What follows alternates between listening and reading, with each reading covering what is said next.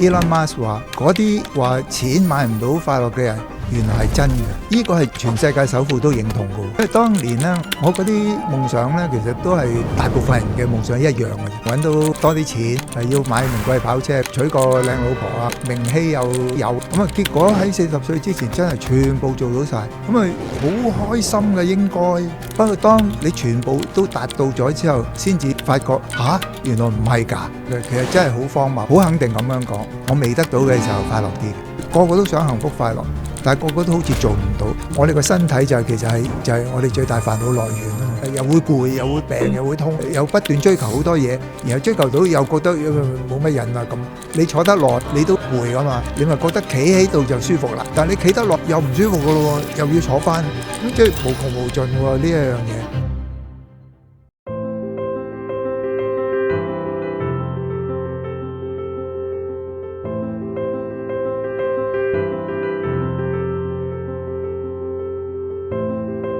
前幾年啦，我睇書睇過一句說話，我到今時今日都仲係揮之不去嘅。咁就係大部分人都係希望幸福快樂嘅，但係喺現實入邊，大部分人都唔係幸福快樂嘅。你認唔認同呢？認同嘅。嗱，咁即係我今日就開宗明義，就係你揾我嚟咧，因為我佛法嗰方面可能嘅認識比你多少少咁樣。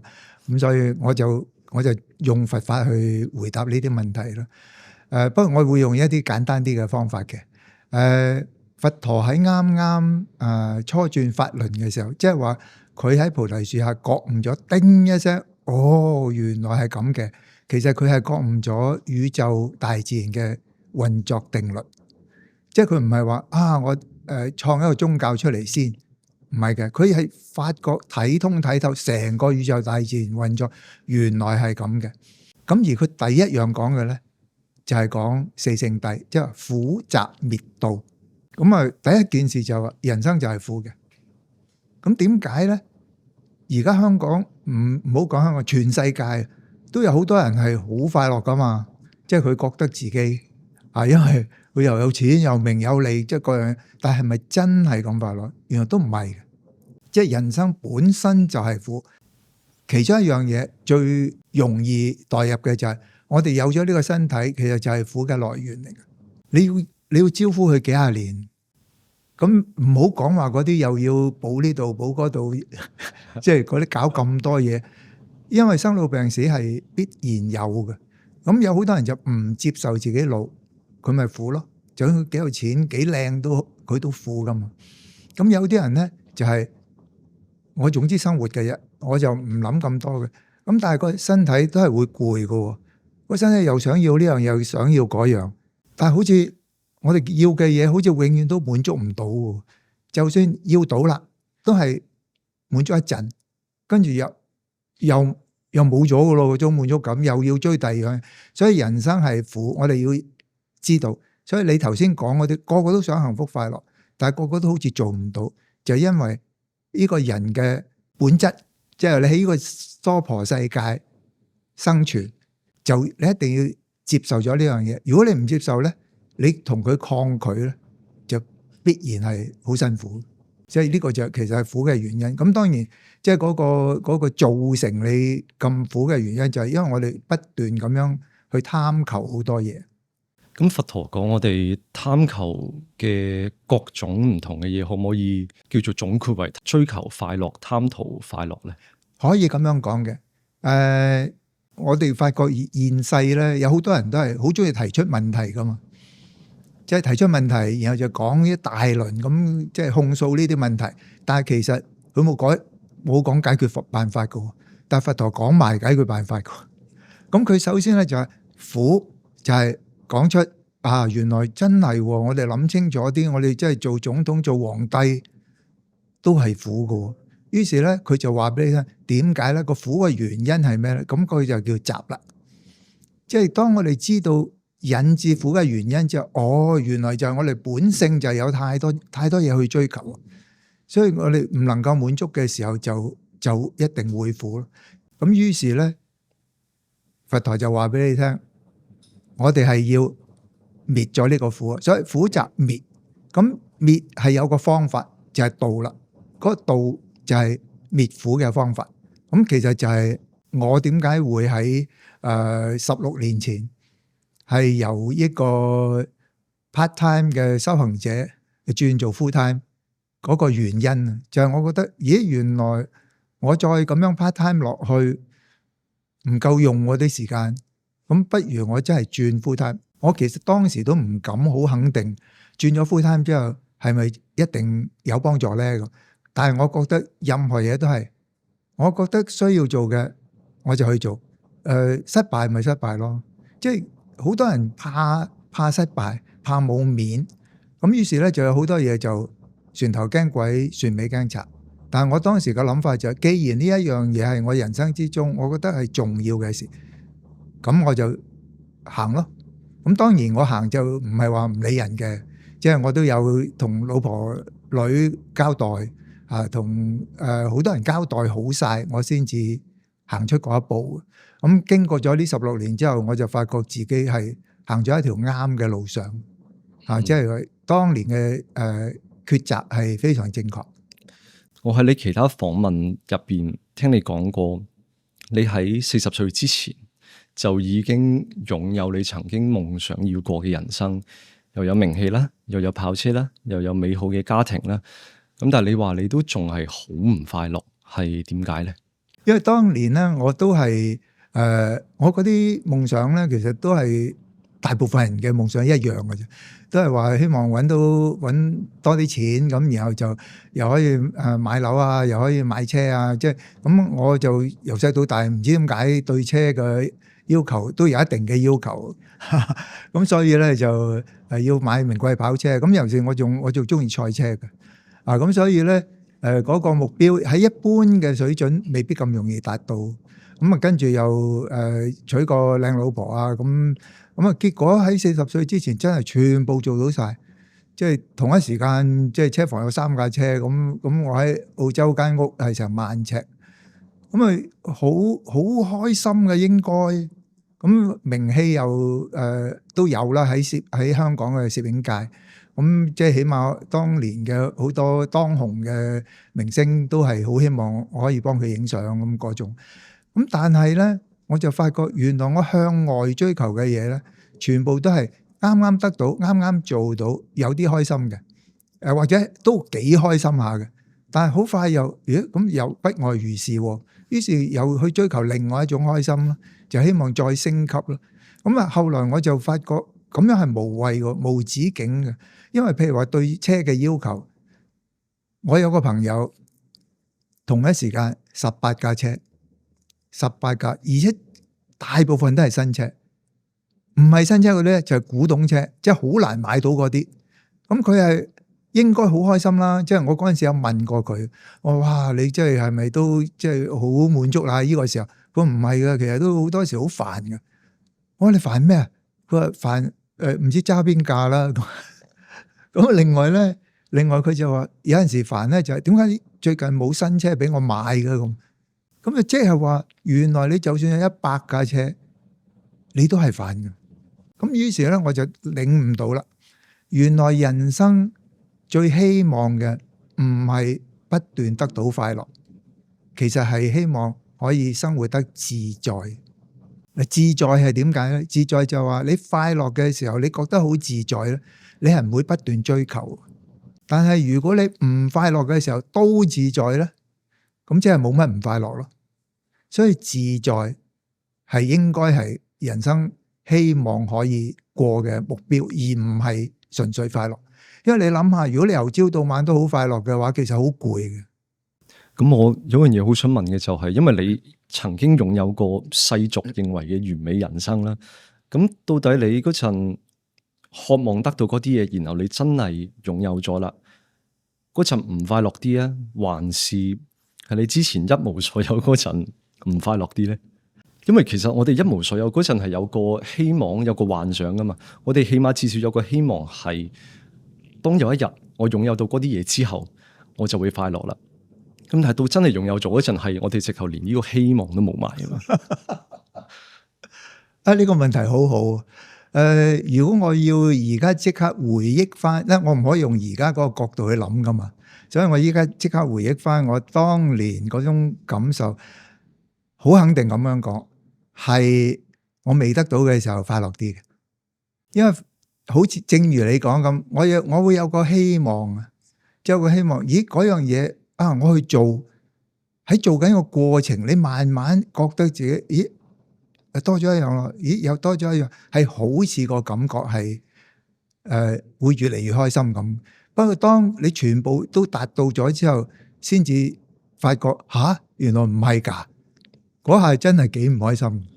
所以呢個係咪即係叫做代表一個令人都幾絕望嘅事實係？即係當然啦，錢可以解決到好多痛苦嘅，呢個事實嚟嘅。咁但係好多人以為人生大部分痛苦都係錢可以解決到，到真係有錢嗰陣先發現原來人生有大部分痛苦都係錢都冇辦法解決。係啊，Elon Musk 最近發咗一個 post， 應該係咪舊年年尾啊？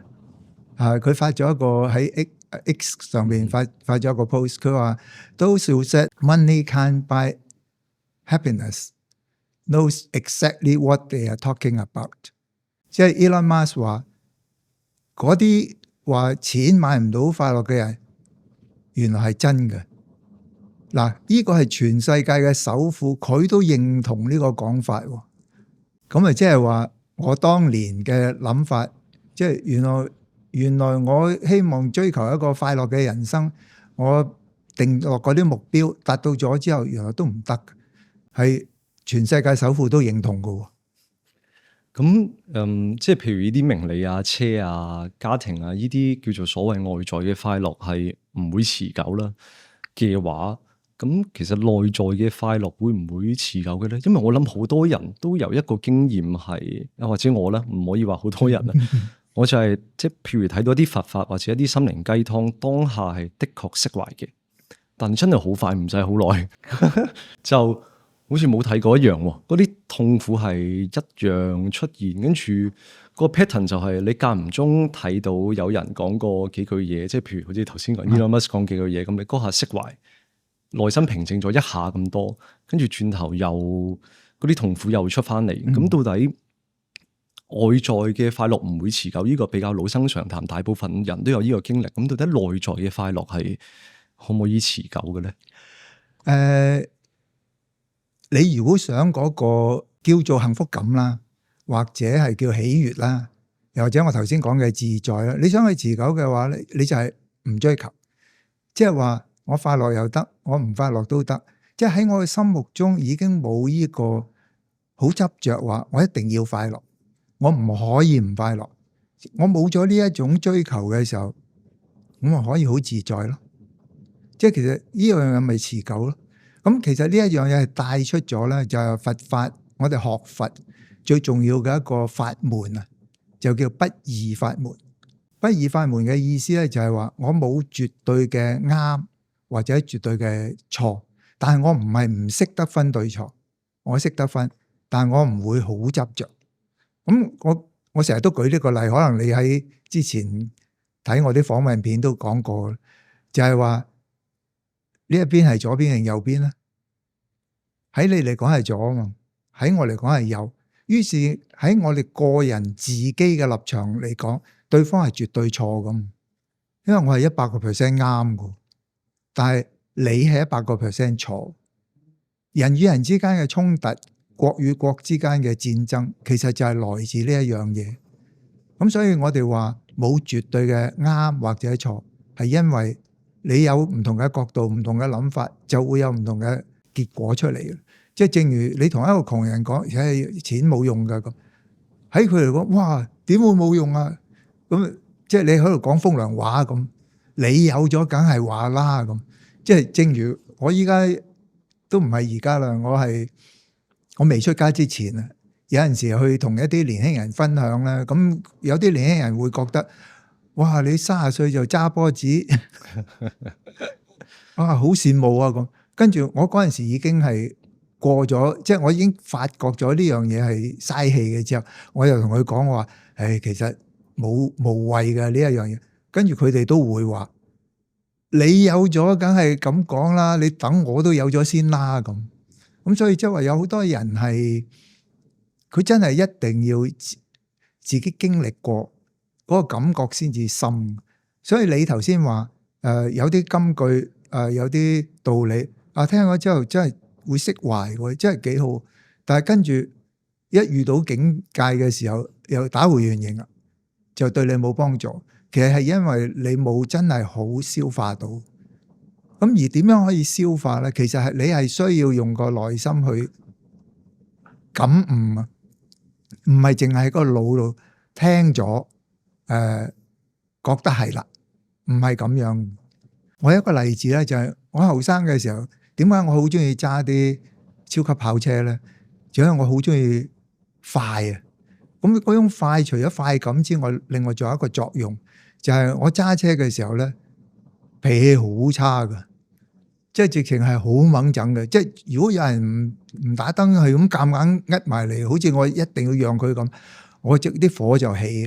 咁但係如果你架車係唔係好夠力，咁佢質越佢爬完你頭之後，佢走咗去，你又追佢唔到，咁咪仲猛係嘛？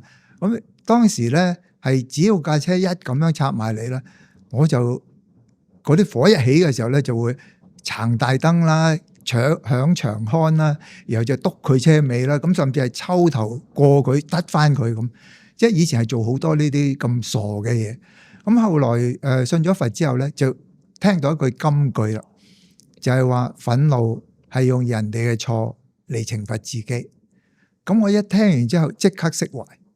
哦，係喎，好有道理喎。點解我咁傻咧？佢唔打燈壓埋嚟係佢嘅錯啊嘛。咁點解我要自己嬲咧？因為當你火起嘅時候，死好多細胞噶嘛。就算我追完佢鬧完佢之後，我並冇好開心噶，我都係仍然係個心跳仍然係好快咁樣，即係仍然係唔開心嘅。咁但係到一遇到再有咁嘅情況發生，我又扯火又繼續追喎，即係我係做唔到。咁結果試過好多次之後咧，我發覺我原來係死性不改嘅。原來我聽咗一啲道理之後，我就算自己係相信咗個道理，原來我都做唔到嘅。咁於是我就對自己係有少少失望嘅。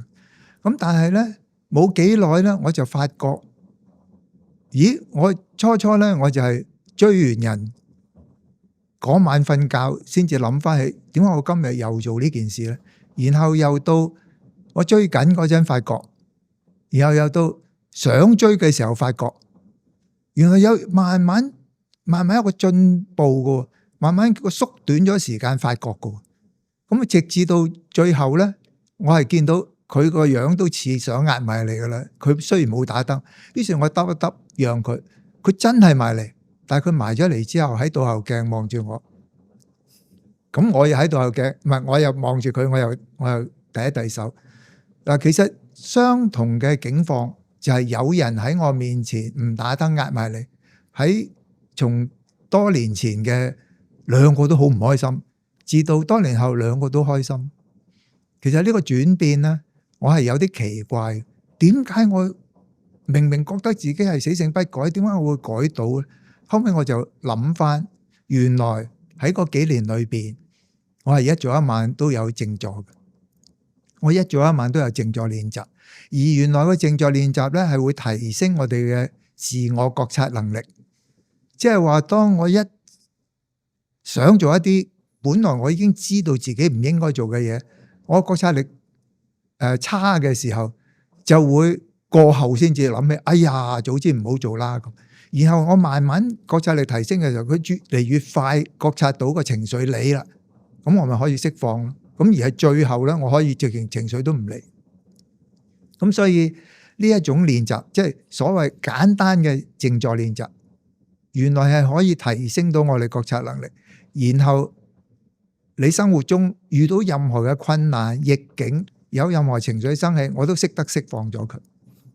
後知後覺變做先知先覺咧，係啦，先知先覺係要練嘅，係可以練得到。靜坐嗰方面，我哋晏啲深入少少再傾。咁啊，講翻係即係佛法話追求快樂係我哋其中一個痛苦嘅來源啦。咁我成日喺度諗，點解放低追求快樂咁難？咁我就諗，其實兩樣嘢嘅。咁第一樣就係大部分人都知啦，即係與生俱來啦，即係冇得揀咧。呢個係演化嘅設計，令到我哋要追求快樂、逃避痛苦啦。咁啊，呢個大部分人都知嘅。咁呢個我哋就荒謬地冇得揀。咁第二個就係後天嘅，就係呢個社會同呢個時代都係不停叫我哋追求快樂嘅。雖然佢哋唔係直接叫我哋追求快樂，咁但係佢哋就係話，即係你俾心機讀書。咁俾心機讀書之後咧，就入到間好嘅大學，入到間好嘅大學咧，就搵到份好工，高薪厚職，咁之後點啊？咁就快樂咯，即係快樂就係終極目標。咁如果我哋即係真係要放下追求快樂，係咪即係咁難嘅一個原因？係咪有少少係因為我哋要同成個社會嘅觀念嚟到對抗咧？即係嗱，先天演化設計到我哋咁樣咧，咁啊算啦，唔好講啦，呢個係荒謬地冇得揀啦。咁啊，後天好似都係好無奈，都係冇得揀嘅。我哋出生喺呢個社會，出生喺呢個時代，就係個個都叫我哋追求快樂，又好似冇得揀。係咪？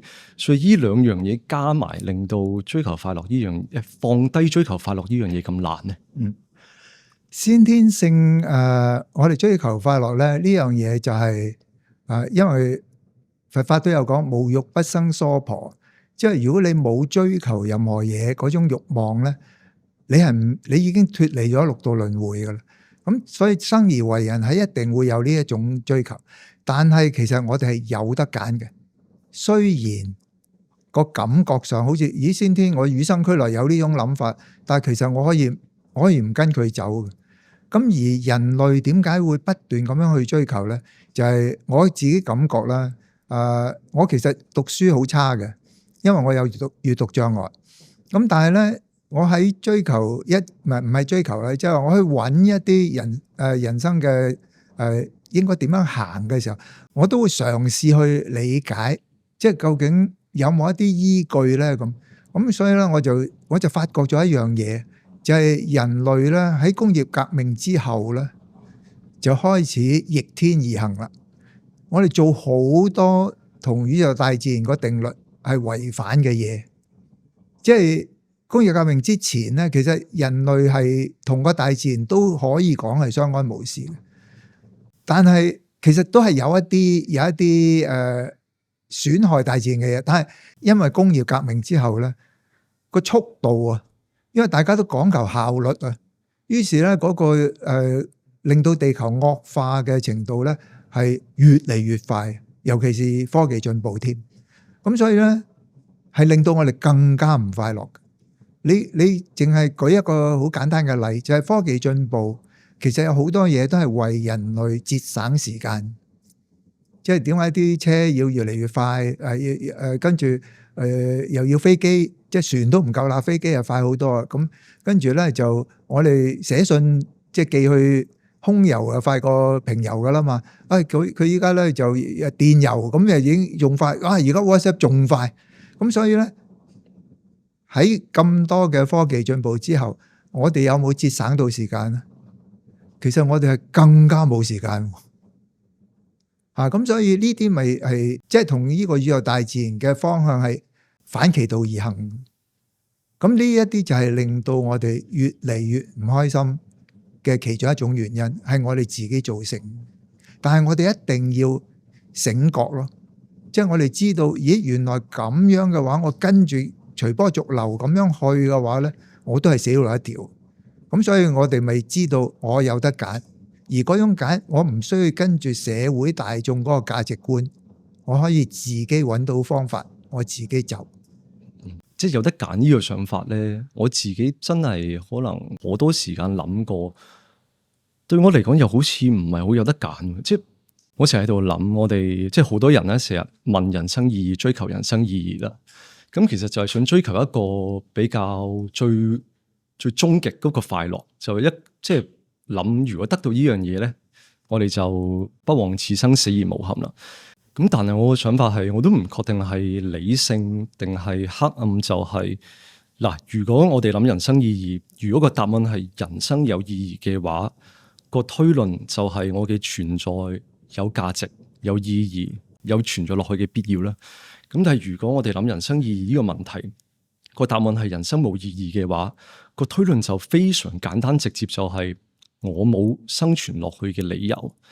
咁所以我哋追求咁多人生嘅各種意義啊，各種快樂，其實會唔會係只係我哋想俾自己一個生存落去嘅理由咧？即係或者放低依樣追求快樂嘅嘢咁難，係咪因為佢係就係代表我哋要放低去揾一啲說服我哋自己生存落去嘅理由咧？嗱，其實人生嘅意義咧，喺我年輕嘅時候就係一般社會價值觀嗰種做法咯，就係總之我就係揾多啲錢，然後就又可以買樓，又可以買車，又即係各樣嘢係社會價值觀話俾我哋聽係咁樣做嘅。咁但係做咗之後先至知道原來唔係嘅時候，咁呢個契機就係因為我接觸佛法，接觸佛法之後，我哋發覺喺我嚟講啊，人生嘅意義就係點樣可以唔再翻嚟呢個人生呢？嗱，呢個唔係厭世嘅，因為喺佛法裏邊講過六道輪迴啦，係只有喺人道，即係生而為人嘅時候，先至可以修行，先至可以去解脫嘅。咁當然喺呢一步，即係我哋突然間跳到呢一步，我就講得好似快咗啲啦。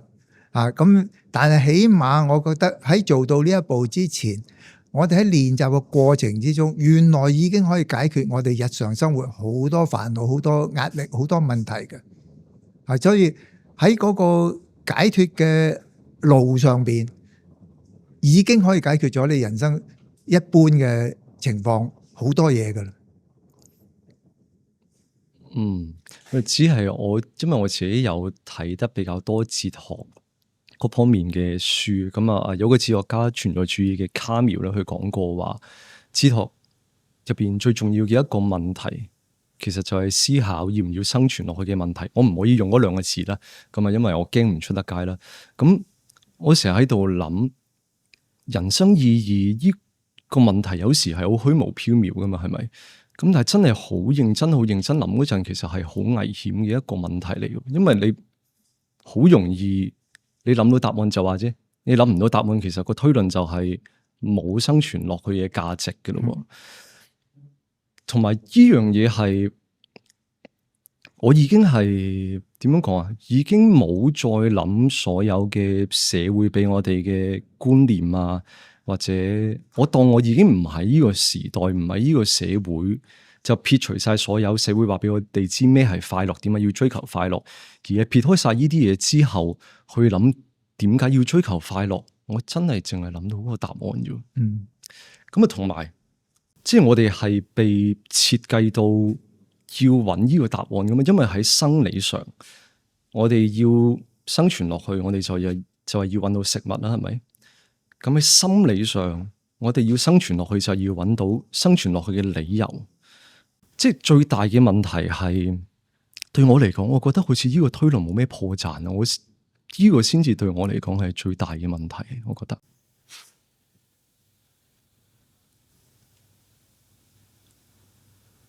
幾好喎！因為你依家提醒咗我一樣嘢，或者唔係原來係有啲困難噶。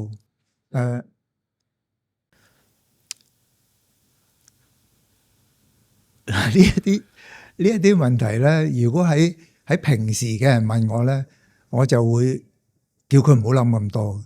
咁但係因為你問呢啲問題，如果我就咁叫你唔好諗咁多咧，係一定滿足唔到你噶嘛。咁所以我又要幫你一齊去諗下。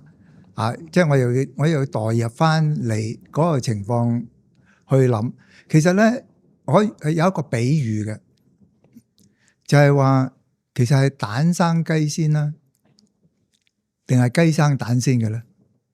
嗱，呢一個咧，就算你話係神創造呢個世界，都答唔到嘅。咁佢做雞先定做蛋先㗎？咁都答唔到嘅。咁但係有好多人咧就即係不斷去追求呢個答案。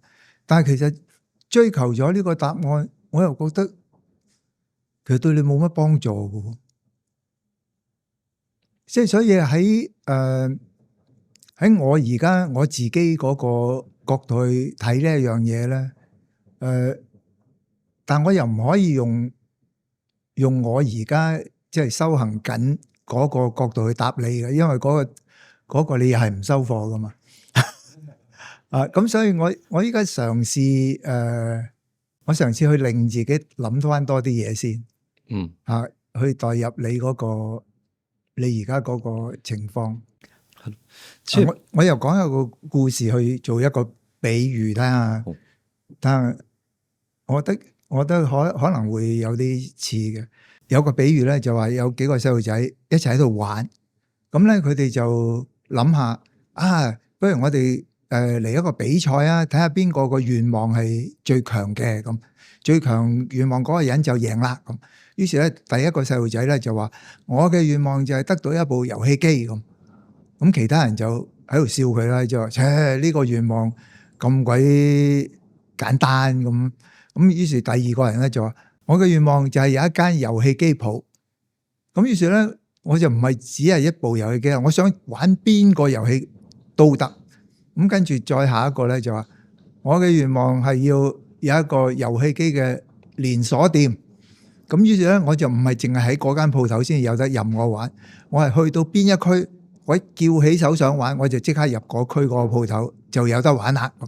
咁跟住仲有一個人咧就話：我要有1000萬美金。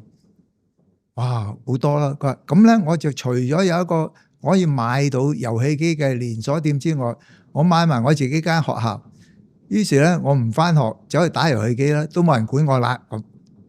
咁跟住咧，再下一個咧就諗：咦，1000萬美金都有使完嘅一日㗎。於是佢就話：我要3個願望。然後咧，我每次用完第二個願望之後，第3個願望就係再多3個願望。咁我咪可以永遠都可以要乜有乜咯。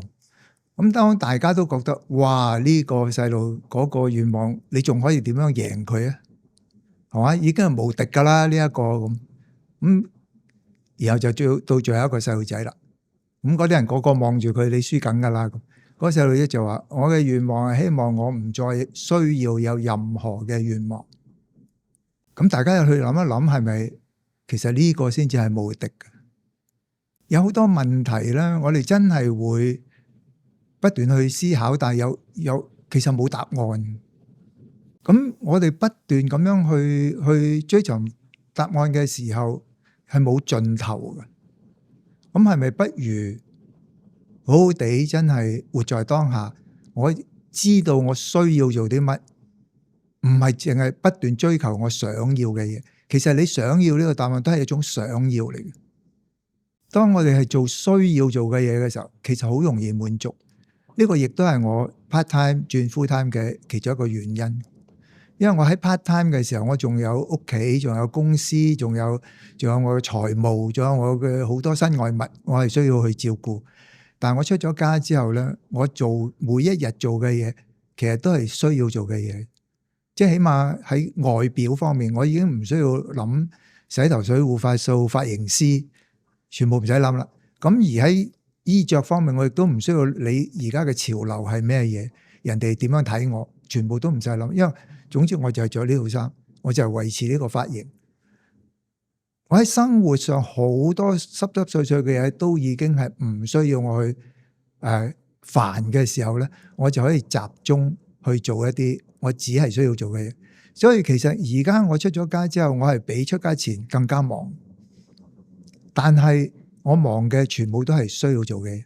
譬如今日起身我就知道一陣間會有車嚟接我去做呢一個訪問，咁我就會喺先搞一搞，我有啲電郵啊，有啲嘢係處理咗嗰啲嘢先，跟住咧我就熄咗個電腦，然後我就靜咗一陣，咁啊到架車嚟嘅時候，我上車，咁喺架車嘅過程裏邊咧，我都冇諗話跟住過到嚟要講啲乜，我就只係沿途睇下個風景啊，睇下佢會經過啲咩即係就係當時咁一路睇咁，所以全部都係比較當下嘅嘢。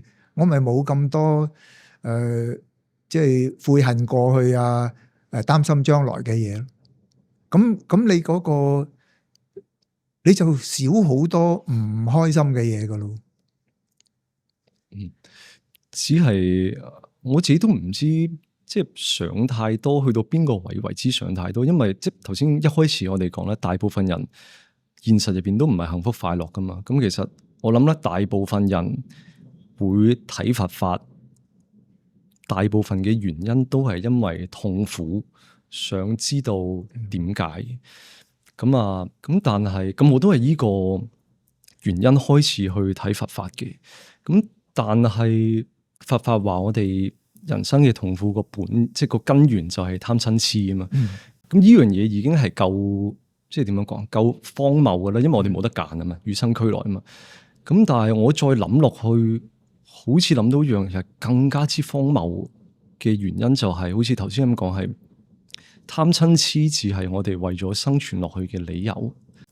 咁我都知道一定係諗太多嘅呢個，咁但係有時你又控制唔到，即係你諗到邊個位停，咁或者係 OK 貪嗔癡我明，但係即係我停唔到繼續諗落去咧。貪嗔癡係有原因噶嘛。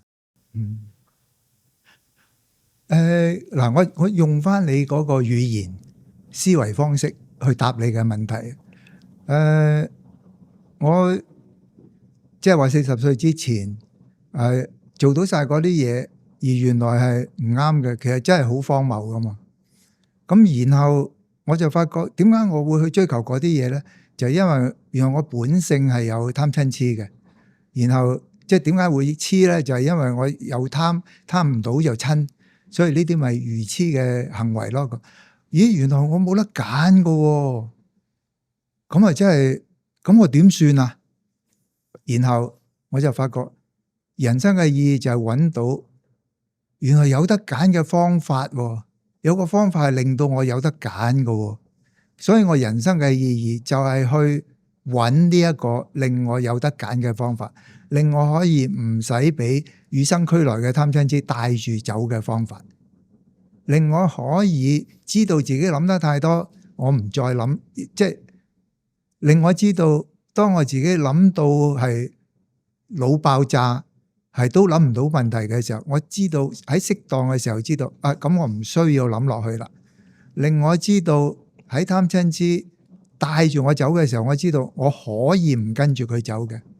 令我知道原來真係有一啲方法係可以令到我離苦得樂嘅。咁於是人生嘅意義就係去揾呢個方法，而呢個方法呢，係前人已經行咗出嚟噶啦，係有嘅。咁但係原來去揾到呢個方法之後，唔係淨係喺語言文字上面理解咗就得嘅，而呢個方法呢，係仲要我哋需要花時間去練習嘅。因為我知道學習呢兩個字呢，係學咗之後仲要練習。如果唔係呢，你只係學而唔習呢，係對你冇用嘅。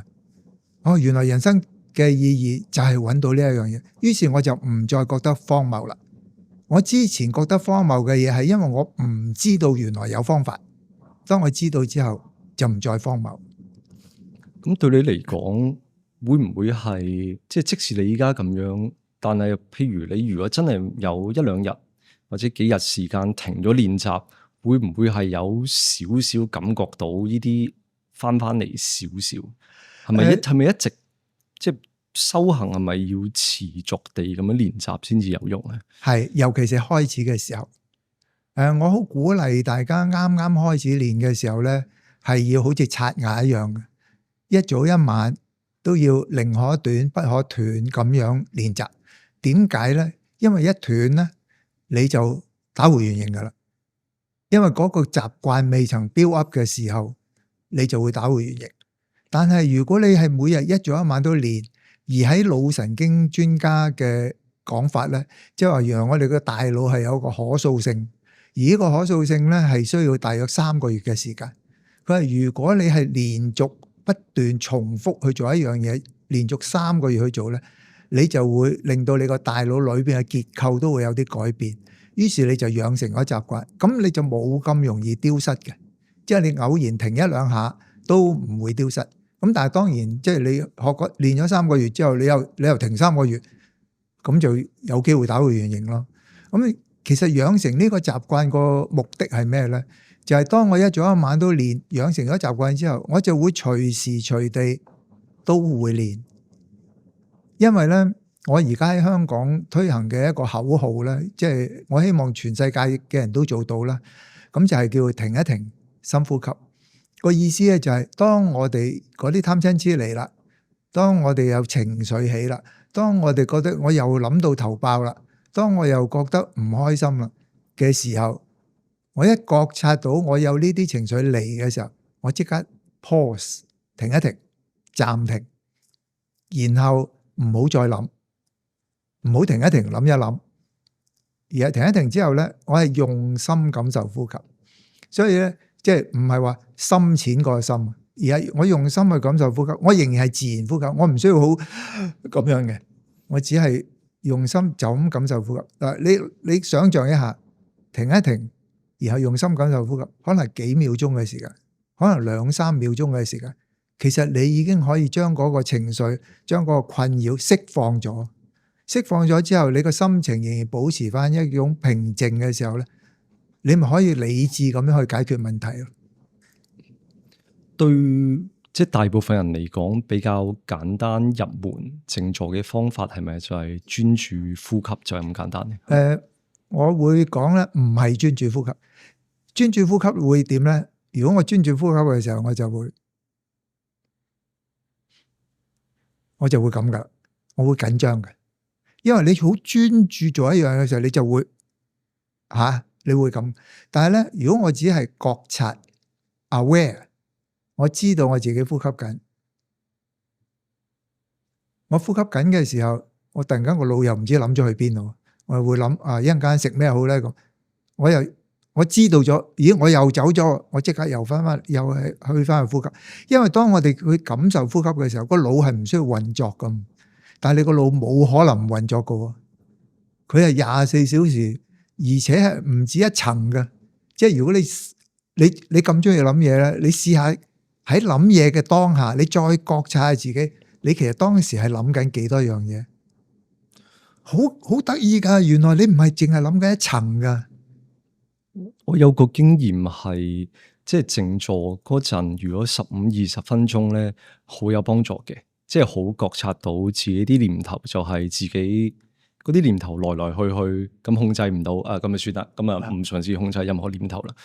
但我試過真係靜坐得耐，可能超過1個鐘嗰陣咧，好劇烈嘅，出嚟嗰啲嘢，唔止係念頭咁簡單，好多係你都唔知有啲咁嘅事嘅嘢會出翻嚟，係完全唔係輕鬆嘅。如果真係長時間嘅話，我嘅經驗係，咁你可以其實呢一種經驗咧，係令你進步嘅機會嚟㗎。因為有好多人咧就係咁樣坐10分鐘、15分鐘，咁佢已經習慣咗，就係嗰10零分鐘咧，佢就係一種輕鬆愉悅嘅感覺，咁就算㗎啦。咁樣你冇進步嘅，即係你個 awareness， 你嘅覺察力係唔會提升，因為我只係咁坐喺度咁。幾好啊，幾舒服啊咁。但係其實係有衝擊嘅時候，你先會知道，咦，原來我真係會被帶走㗎。我一帶走嘅時候，我點做咧？我咪即刻停一停，翻嚟咯。翻嚟，我當時用緊嘅方法，譬如話我當時係觀照自己呼吸嘅，我咪翻嚟睇翻自己呼吸咯。然後又帶走咯，咁又翻嚟咯。咁你之所以話有一種比較強烈嘅感覺咧，係因為你喺嗰個過程裏邊，因為你冇其他嘢外來嘅干擾啊，你喺裏邊自己製造干擾，於是咧就而且係好深層，你越嚟越深層，因為你冇停止到，咁係會入到好深，即係話你個內心嘅感覺有好多嘢嘅，因為每一個人嘅內心裏邊都會有好多積壓咗嘅嘢，自己平時唔覺嘅，但係你可能會喺靜坐嘅期間咧，佢會翻出嚟嘅。所以有啲人話唔知點解坐咗下佢會突然間流眼淚嘅喎，突然間有一種傷感嘅感覺。咁我就話呢啲唔緊要嘅。我話你一樣，總之你有個傷感覺，你流眼淚，你由得佢咯。但係你冇跟住佢去喎，因為你跟住，如果唔係咧，你開始流眼淚，有啲傷感，跟住就越諗越傷心，越諗越唔開心，咁就痛哭噶咯。我話咁樣就唔得啦。我話總之你知道佢流眼淚 ，OK， 咁咪抹一抹眼淚咯。如果佢喺個眼眶裏邊滾動，你咪由得佢咯。即係總之你係知道，哦，原來我係真係內心係有一啲唔開心嘅嘢。而家咧就正好俾佢浮面走咗去，就係釋放咗佢。其實有呢一種療效嘅，甚至喺生理上都可以有一啲咁嘅類似嘅療效。咁我其中有一個例咧，就係我曾經帶過一個連續8個星期喺總之8個星期裏邊，佢每一個星期佢都要翻嚟一次，就星期日朝頭早。咁就一齊喺度共修。咁其中有個女仔咧，18歲，就係一個跳舞嘅學生嚟。佢坐得好好嘅。咁佢就有一次翻嚟同我講，佢話法師啊，我每一次靜坐咧，我條頸呢個位咧都痛。佢問我點解？咁我就話我一陣間你坐嘅時候，我留意下你個姿勢有冇唔正確，導致頸痛啦。咁跟住我再睇佢嘅時候，佢係冇唔正確嘅，佢嘅姿勢坐得好好。咁之後我就問佢啦，我話你係咪曾經個頸受過傷啊？佢話係。咁我話你唔好理佢，由得佢。如果你真係好痛，咁你就轉個姿勢咯，咁樣喐一喐佢咯。如果唔係嘅話，嗰種痛係即係你覺得個干擾唔大，你就唔好放大個痛。你只係知道啊，我原來條頸有啲痛，你唔好理佢就得啦。咁結果佢其中有一個星期，佢翻到嚟之後，第一時間同我講，佢話法師啊，我今朝打坐嘅時候，嗰條頸啪一聲個，我當堂即係點啊？跟住就唔痛。咁原來人體真係好得意，佢有自我療愈嘅能力嚟。我哋打坐嘅時候咧，其實嗰啲氣血咧喺裏邊個身體裏邊循環流動嘅。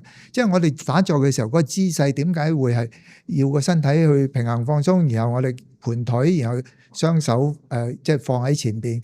即係呢一個，因為呢一個姿勢係令到我哋個內循環，佢自己嗰啲氣血自己走，就唔會散失。但係如果我哋係即係求其咁樣坐，即係咁樣坐嘅時候，個氣就散晒。咁原來嗰個氣血喺裏邊流動嘅時候，有一啲位棘住咗咧，佢係會衝破嘅。但係呢一樣嘢咧，必須唔好用腦去諗。如果你用腦去諗，仲唔衝破嘅？幾時衝破啊？咁反而係冇效。佢只係，我就係叫佢，我哋只係用心仍然喺個方法嗰度，就係唔好理佢。原來佢就係會。其實唔止一個例嘅，不過我又唔想太過強調呢樣嘢，因為我好驚咧，嗰啲人就係覺得，咦，我有啲奇難雜症，不如靜坐原來醫到嘅喎，咁啊搞錯咗。所以靜坐嘅方法最好，即係比較大家易入口嘅就係唔去做啲咩，亦都唔去唔做啲咩，係嘛？OK。咁我喺你其他訪問入邊聽你講過話，靜坐嘅目的其實就係想提升我哋嘅覺察能力。咁其實係覺察啲咩咧？覺察你當下嘅感覺。嗱，我哋喺佛法嚟講，我哋有六根㗎嘛，眼耳鼻舌身意。咁啊，眼睇到嘅一定係當下睇到嘅嘢㗎嘛，你唔會睇到過去未來㗎嘛，嗰啲係幻想嚟嘅啫。鼻聞到嘅係當下嘅氣味，耳聽到嘅係當下嘅聲音，個舌即係舌頭嘗到嘅係當下嘅味道。咁就算你嘅身體都好啊，你嘅身體感受都係當下呢種感覺。而家嘅溫度點樣？我衣服接觸我係點樣？我坐喺呢張凳嘅感覺係點？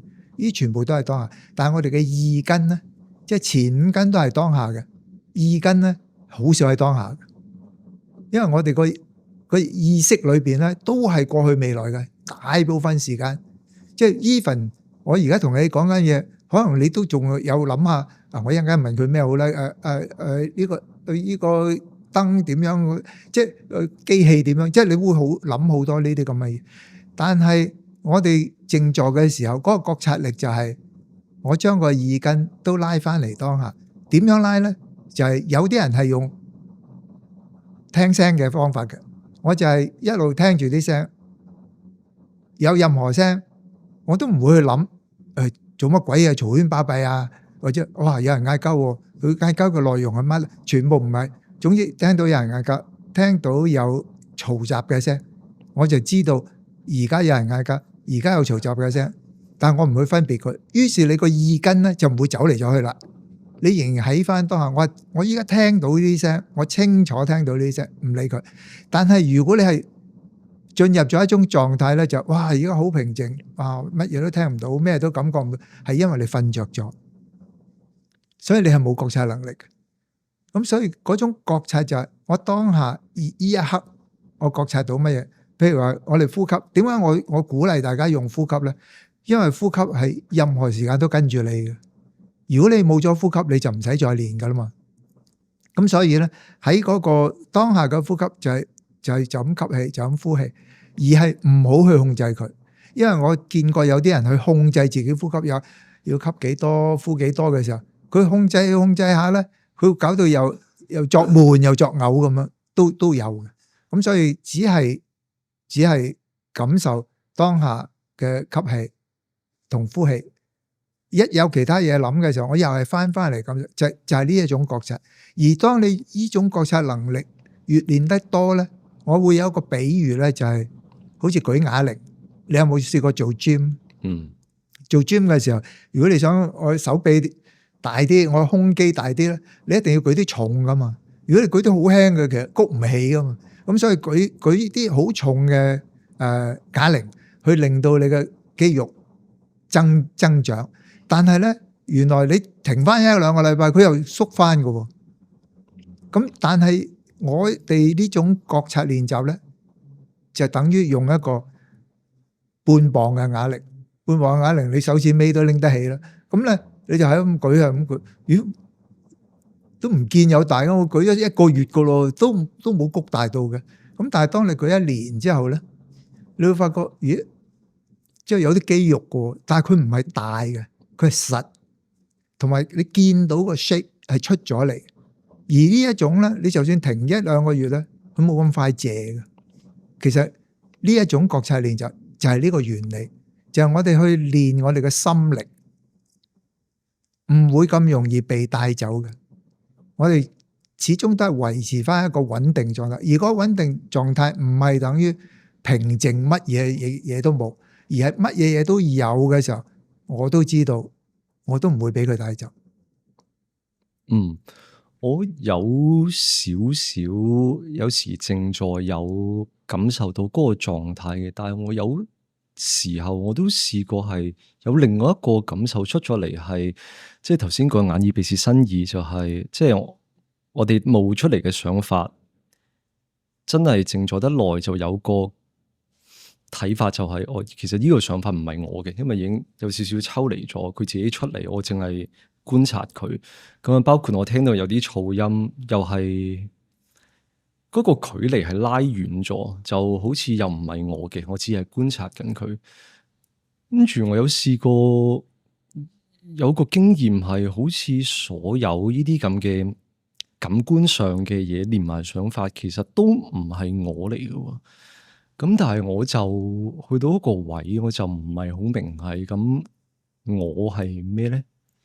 係嗰個位我係有啲棘，係嗱，其實你即係話你都坐得唔錯，即係如果你有去到呢一啲階段，所以有啲可惜咧，就係你冇繼續寧可短不可斷咁樣練吓，因為咧。呢一種情況係當你，因為事實上咧喺佛法嚟講咧，其實冇呢個真正嘅我存在嘅，即係而家你用quantum physics 去解釋，即係呢個人係點樣組成嘅咧？咁有好多肌肉啊、骨頭啊，即係毛髮啊咁。然後你將嗰啲嘢全部拆解，一路拆解嘅時候就原來係細胞嚟㗎，全部細胞組成嘅。然後細胞又點樣組成嘅咧？呢啲咁嘅原子、粒子、咩分子，即係總之拆到最後嘅時候，原來係冇嘢㗎。拆到最後嘅時候係原來只係一股能量，而嗰種能量咧，你唔偵測佢嘅時候，佢根本連嗰能量都唔存在。但係當你一注意佢，佢就會出翻一種能量。而呢個能量咧，即係因為我對呢樣嘢嗱，我係讀文科，我唔係讀理科嘅，而我又閱讀障礙，所以咧我對探討呢啲問題咧，其實我係有啲難嘅。但係因為我希望同而家嘅年輕人可以解釋一下，其實佛陀講嗰一套佛法嗰種即係話諸法空性呢一樣嘢，其實係有冇科學嘅解釋方法咧？咁我就盡量去睇。咁我哋就發覺咧，原來佢仲有一種叫做嗰個叫做 quantum entangle 啊，即係一種量子糾纏。係啦，原來喺個宇宙裏邊係有一種能量咧，係你偵測唔到嘅，但係原來係同而家每一個個體，即係所有嗰啲能量係互通嘅，即係話甚至係有一啲我呢一個軀體冇咗之後咧，而嗰個本身喺呢個軀體曾經存在嘅一啲嘢，係原來係拎到嘅，不過爭在你用咩方式去接收，即係或者我用一個容易啲明嘅方法，就話我今而家嘅意識，我今世人嘅意識，我死咗之後咧就冇咗噶啦嘛。即係一般人可能喺科學上嘅講法都係話咁就冇咗噶啦。而喺佛法上話，我哋會投胎去下一生嘅，即係一種 transform 一個轉化。而當喺下一生出生嘅時候咧，原來佢係拎翻，但係拎得嚟咧又冇咗嗰種記憶嘅。咁就解釋到咧，有一啲小朋友4歲彈貝多芬彈到出神入化，然後佢就拎多咗翻嚟，佢前世係曾經做到呢一樣嘢，即係有一啲咁樣嘅，即係比較用科學化啲嘅方式去解釋咯。即係原來係有呢樣，所以當我哋一執着咗有一個我嘅存在嘅時候咧，我哋嘅煩惱就嚟啦。即係我之前咪話，我哋個身體就係其實就係我哋最大煩惱來源啊嘛。即係又會攰，又會病，又會痛，又不斷追求好多嘢，然後追求到又覺得冇乜癮啊咁。即係好似譬如話你坐得耐，你都覺得攰噶嘛。咁你咪覺得企喺度就舒服啦。但係你企得耐又唔舒服噶咯，又要坐翻，咁即係無窮無盡喎呢一樣嘢。咁所以我哋知道，如果冇咗呢個我嘅時候，其實成件事係容易咗。咁但係咧，即係話我哋點樣喺日常生活裏邊用得到咧？就千祈唔好落咗兩邊啦。即係我頭先講嗰個不二法門，就唔好話無我，咁即係話我做乜都唔關我事嘅。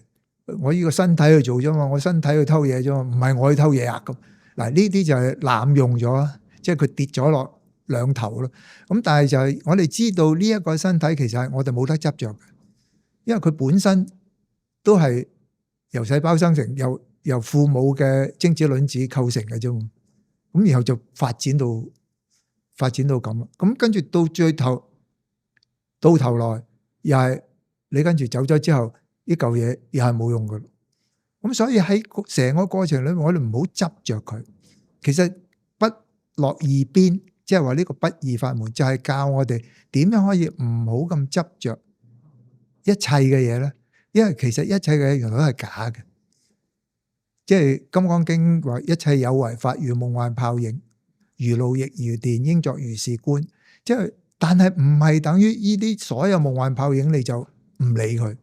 即係因為佛法都有講過真空妙有，呢個又係不二法門啦。就係話雖然一切嘅嘢都唔實在嘅，即係唔係話實有，所以我哋唔需要執着，但我哋唔可以當佢冇。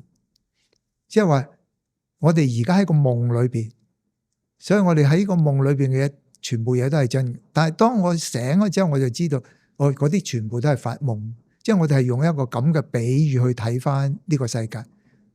但係你聽完之後，會唔會仲多嘢諗？我諗到好多嘢啦，頭先已經。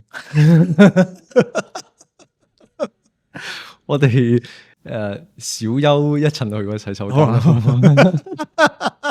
我成日喺度諗，放低追求幸福快樂咁難，另一個原因係咪因為我哋怕無聊咧？其實因為好似有個法國哲學家 Pascal 講過話，人類所有嘅問題都係源自佢冇辦法一個人坐喺間房乜都唔做30分鐘，係啦。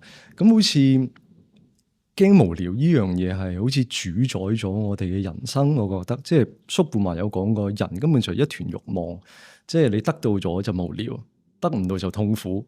咁你人生咧，成個人生基本上就喺痛苦同埋無聊裏面擺嚟擺去嘅啫。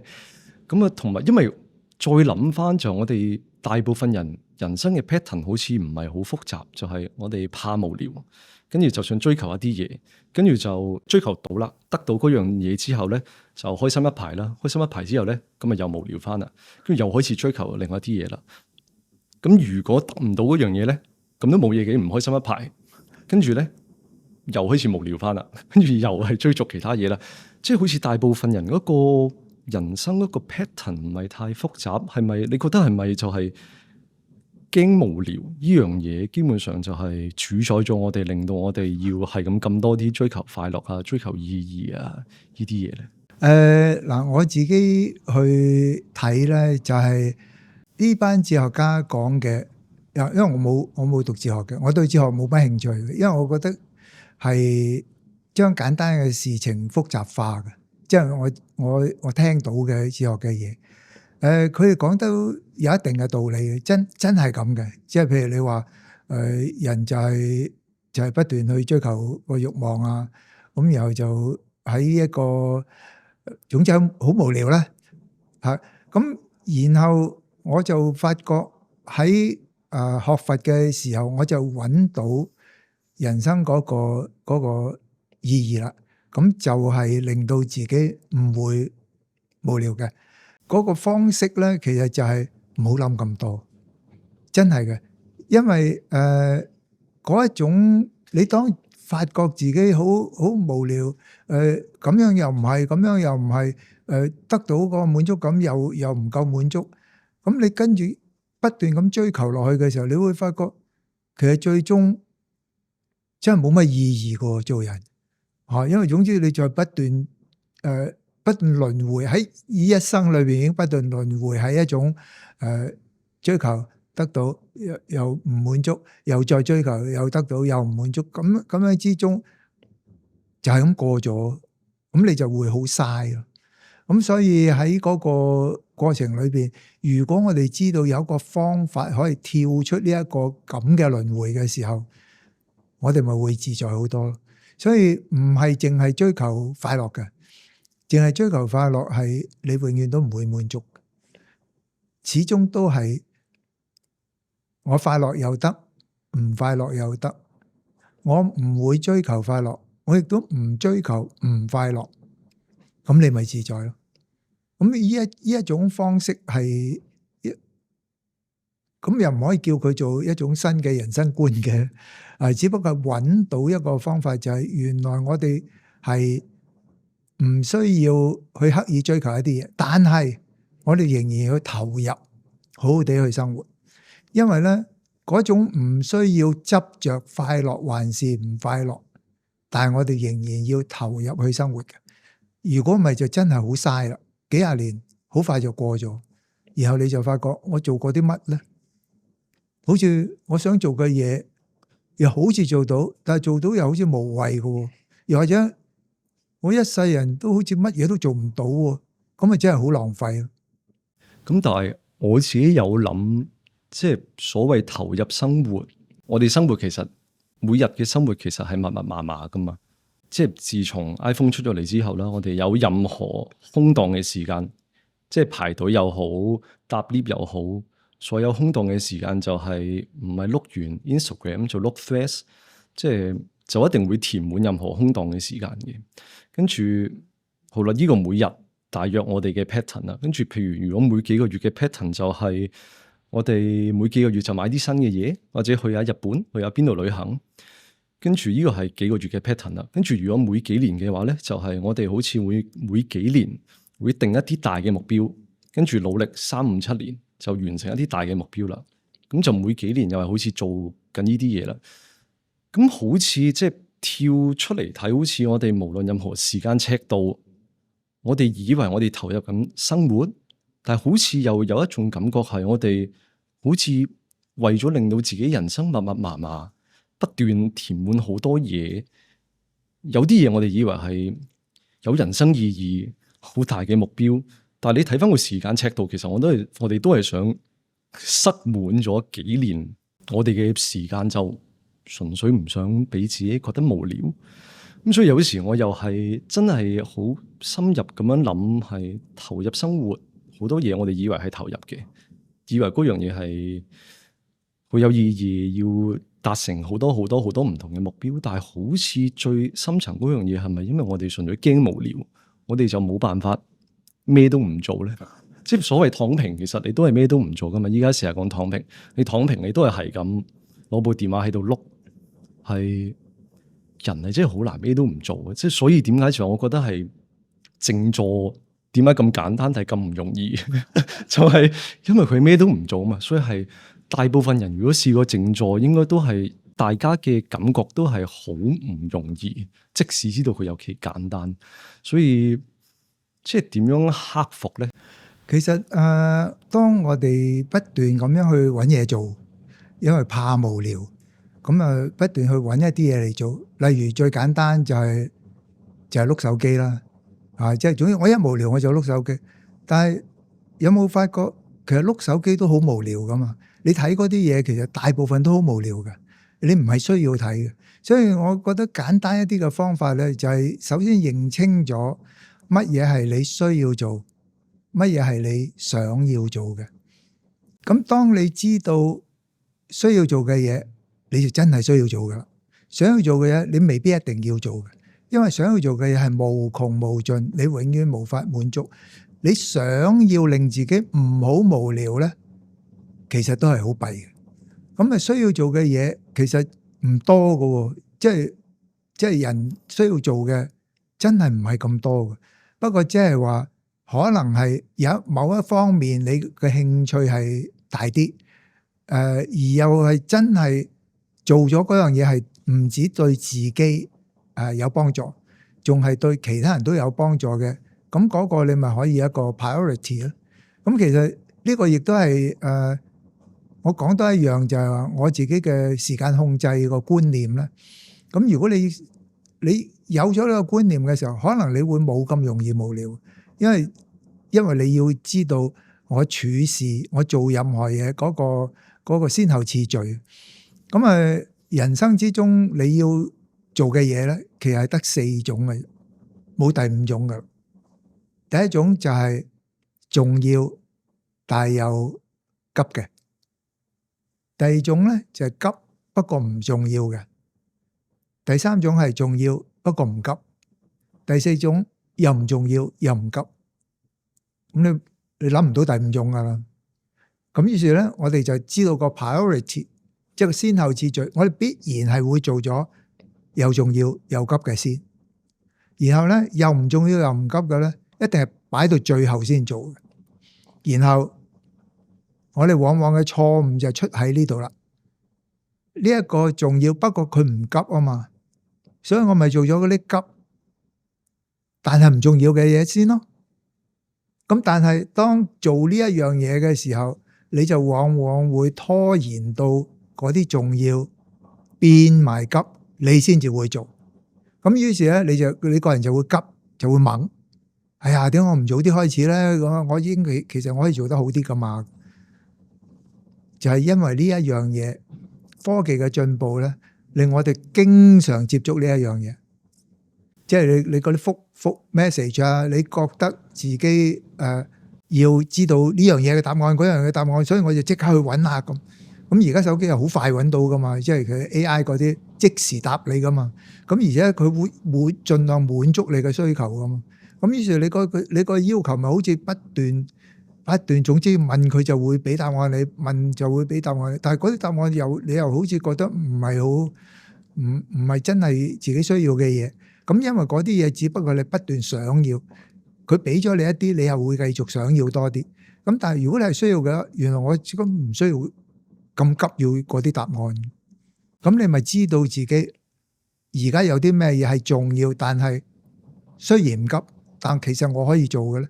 即係當你一拎起個手機嘅時候，你可唔可以諗下，我除咗而家碌手機之外，我仲有冇一啲嘢，其實我係需要做，雖然未急，但係其實我可以，既然我有時間嘅時候，我係咪可以去做咗嗰啲嘢先？嗱，咁當然你都會話嗰啲嘢，我喺條街度喺度等緊人，咁我做唔到嗰樣嘢噶嘛，咁我咪碌手機咯。但係其實有一樣嘢你做到，就係練習你嘅覺察能力啦。譬如你等緊人，嗰個人10分鐘後先到，你早咗10分鐘，你咪用嗰10分鐘去練習一下。即係唔係一定要坐喺度盤晒腿先至叫做練習覺察噶嘛？即係你企喺度都可以練到嘅。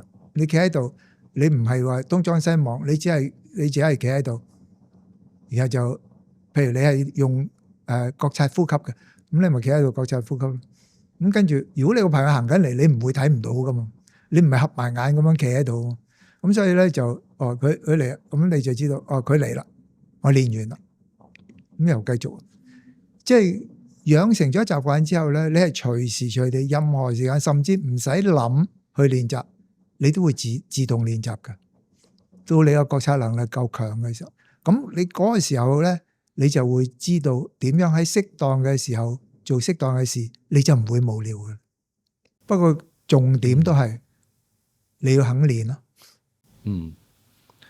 係咯，我覺得對抗慾望冇用嘅，相對比對抗無聊係易嘅。即係譬如即係物質啊、名利嗰啲慾望咧，其實只要你試得夠多嗰個 pattern， 即係你想要一樣嘢，跟住你得到一樣嘢，跟住你快樂，跟住快樂消失，跟住又重複一次，重複好幾次，咁你就始終會明白，跟住就唔會太執着噶啦嘛。只不過大部分人係可能定嗰個目標太勁，要大半世人先至去到嗰個目標，咁所以就喺人生比較遲嘅階段先至發現嗰個 pattern， 跟住先至明白，即係慾望其實咪又係咁。咁但係對抗無聊好似真係比對抗慾望難頗多，對我嚟講。其實唔好用對抗呢個態度咯，即係話我哋任何事情都好，即係話你覺得呢個係問題嚟嘅，咁咧你首先要去面對佢，即係呢個我哋叫做4他，就係面對他、接受他、處理他、放下他。咁面對嘅意思咧就唔逃避，即係我唔逃避嘅，我知道我係覺得無聊。咁於是我咪去面對呢個無聊咯。咁跟住面對之後仲要接受，因為你唔接受就抗拒噶咯。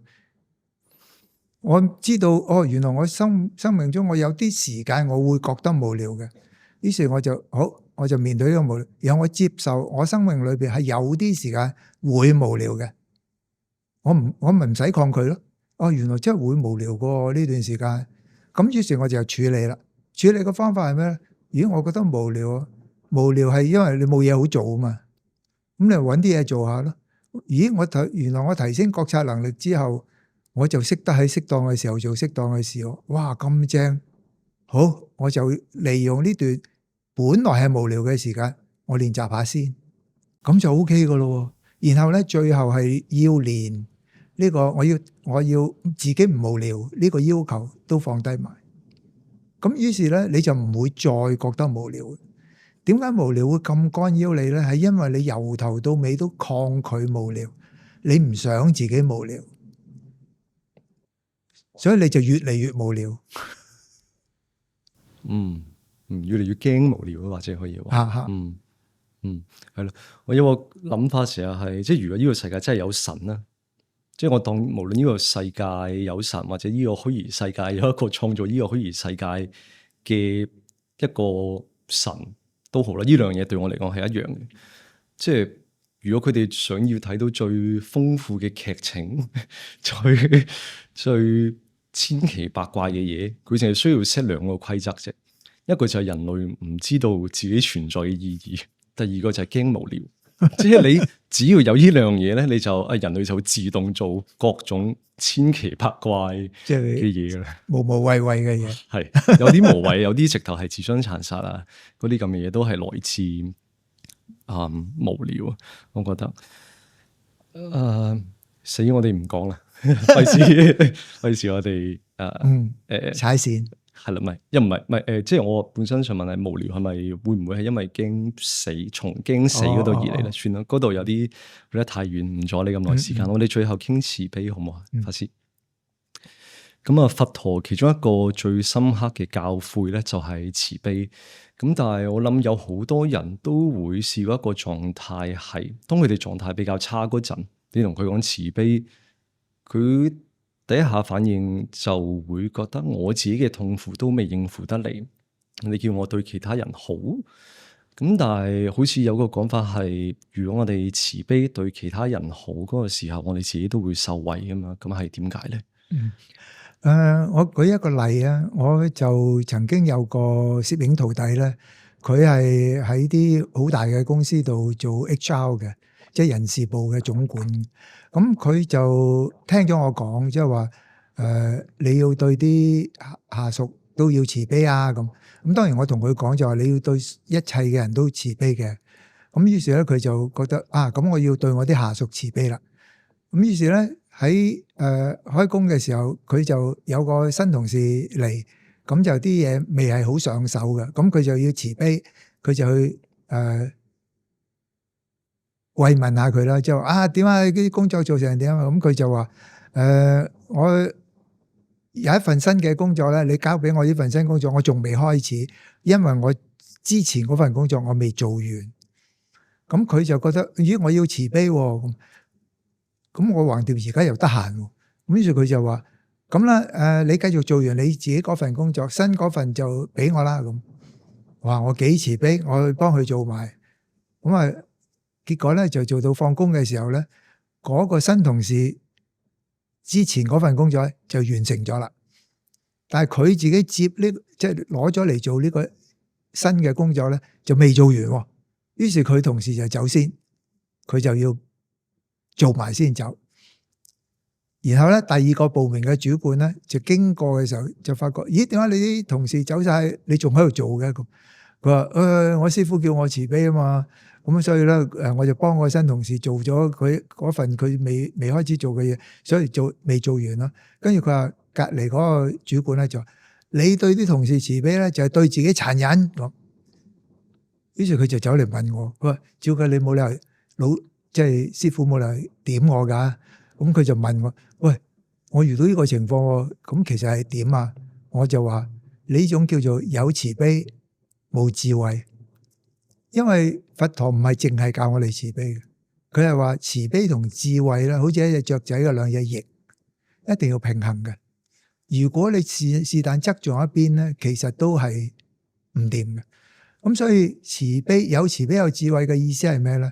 就話我哋去幫人嘅時候，係要幫佢去幫自己，而唔係去幫佢做埋佢自己本來應該要做嘅嘢。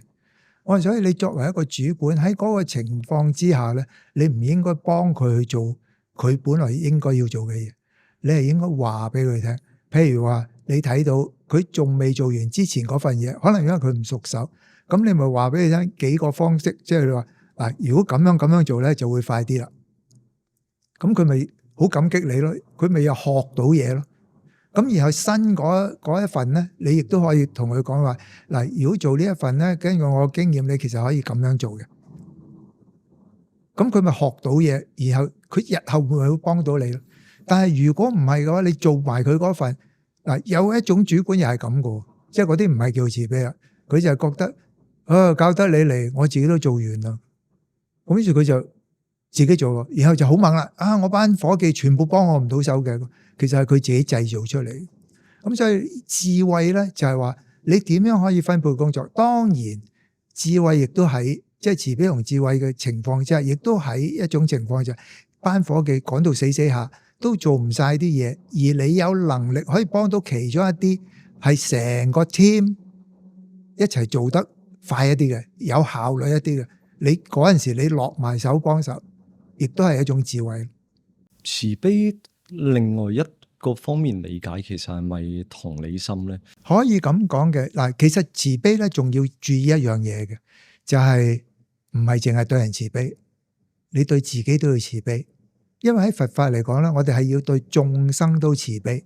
眾生嘅意思咧就係一隻蟻、一隻蚊、一隻牛、一隻狗、一個人，都係眾生之中。咁我哋唔好講到咁遠，我哋淨係講人先啦。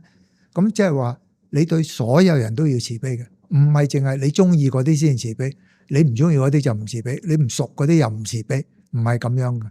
咁所以呢個眾生係包括你自己，你對自己都要慈悲。所以當你去淨係為咗人而令到自己要犧牲嘅，搞到自己唔掂嘅咧，你就要睇一睇啦。咦，我攞翻個平衡，我都要過到先得喎，唔可以我完全犧牲晒自己。因為犧牲呢一個形容詞咧，係會令人哋有啲光環感嘅。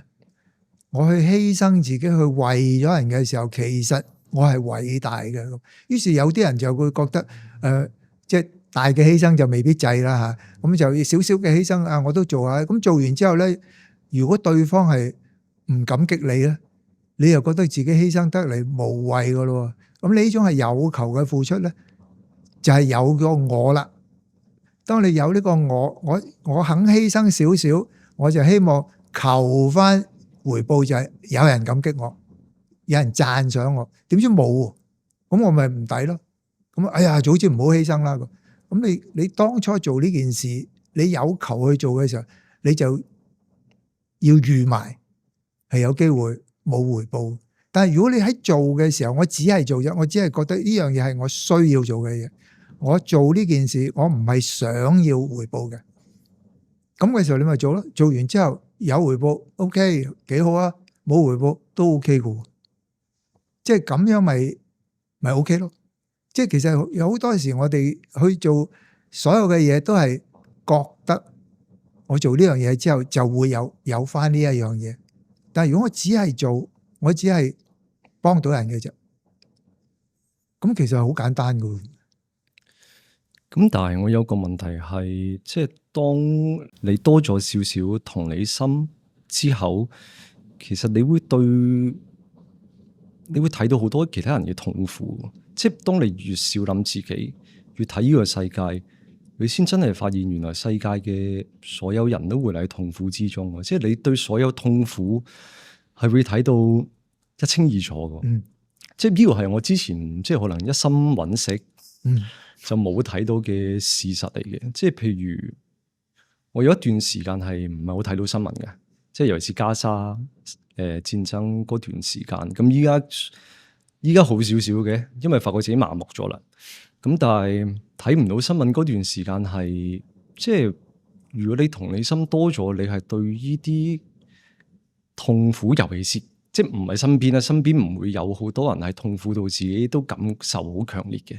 但係加沙嗰度嗰啲人，即係譬如嗰啲父母，咁我有小朋友啦，即係佢哋抱住一個隨時聽日就餓死皮包骨冇嘢食，即係任何物資都冇嘅小朋友，即係佢哋嘅父母。咁你睇到呢啲人，你感受到嗰個痛苦係比冇咁有同理心嗰陣係強烈得多嘅。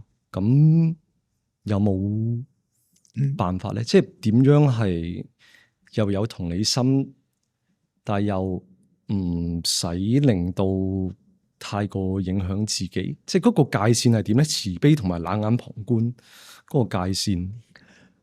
我哋要首先要明白自己嘅係有限嘅，即係我哋嘅能力，即係喺暫時啊，我哋嘅能力係有限。呢個世界上有好多問題，有好多事實，我哋冇能力去改變，但係我哋可以改變自己去睇呢一件事嘅睇法。譬如話講半杯水咁，半杯水其實係呢個比喻係老生常談。當我哋個杯得翻半杯水嘅時候，你係埋怨自己，哎呀好慘啊！我得翻半杯水，同埋我好感恩，哇真係好啦，我仲有半杯水喎，嗰半杯水都冇變到嘅。但係當我好感恩自己仲有半杯水，我就好似喺天堂一樣。但係當我埋怨，哎呀死啦，得翻半杯水我點算啊？我就好似喺地獄一樣。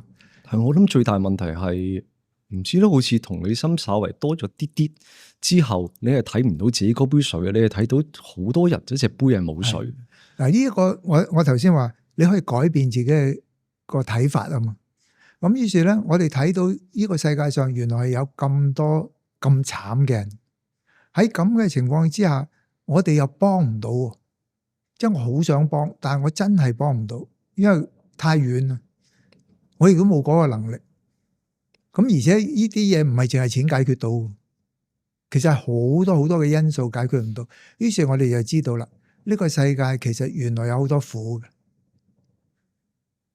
如果我係一個由細到大含住金鎖匙出世嘅人，然後就我到而家都冇乜苦嘅，我淨係掛住玩嘅啫。當我睇到呢樣嘢嘅時候，原來都令到我有一啲惻隱嘅心，有一啲慈悲心出咗。咦，原來真係有人咁慘嘅，但係原來我係幫佢唔到，咁我咪會提醒翻自己，就係話我其實原來而家好幸福。我未睇到呢樣嘢之前，我有冇諗過自己其實已經好幸福咧？可能我冇嘅，我都喺度埋怨緊自己。我真係我命真係苦啦，嗰樣嘢。但係當你睇到呢樣嘢嘅時候，原來你可以幫到自己。你可能幫唔到佢，但係你會幫到自己。就係咦咁我都要感激下，原來我依家嘅生活都唔錯。然後當你遇到一啲比你差啲嘅人，你可能以前就係佢冇過我咁好彩啊，佢冇我咁努力啊咁。但係而家你會睇到，咦原來我幫唔到嗰啲咁慘嘅人，呢啲慘慘地嘅我都可以幫喎。即係我能力去唔到咁遠嘅時候，我咪近啲嗰啲我咪幫下啦。起碼你感恩咗自己，呢個同理心就係話佢咁慘，我都冇辦法嘅時候，我就會調一調轉嚟睇翻自己。我就唔好再埋怨，呢個咪對你係有幫助。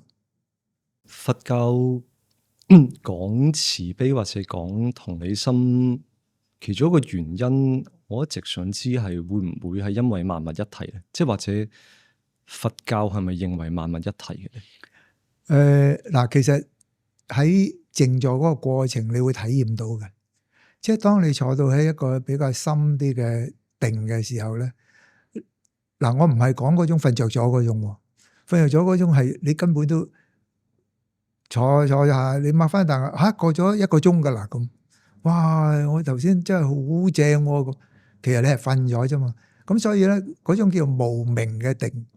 但係如果我哋真係入咗一種深嘅定嘅時候咧，我仍然知道自己係靜坐緊，但係我會感覺到咧，我同呢個四周圍嘅環境，甚至你再遠一啲嘅，我同呢個宇宙大地一切嘅嘢係冇分別嘅。去翻嗰個 quantum physics， 一切嘅嘢拆解，一個太陽都好啦，你拆解到最後都係冇嘢嘅。咁嘅時候，其實我哋本來就係冇嘢咁，不過係因為唔同嘅因緣，所以就成為咗一隻杯，成為咗一個人，成為咗我同你。但係其實我哋個根本，即係話喺佛法嗰個講宇宙大自然嗰個定律嚟講，根本係冇分別嘅。咁而喺一神嘅信仰嚟講，就都係神創造嘅，都係最個源頭，其實都係冇分別。萬物即係好似你講，即係其實都係一體。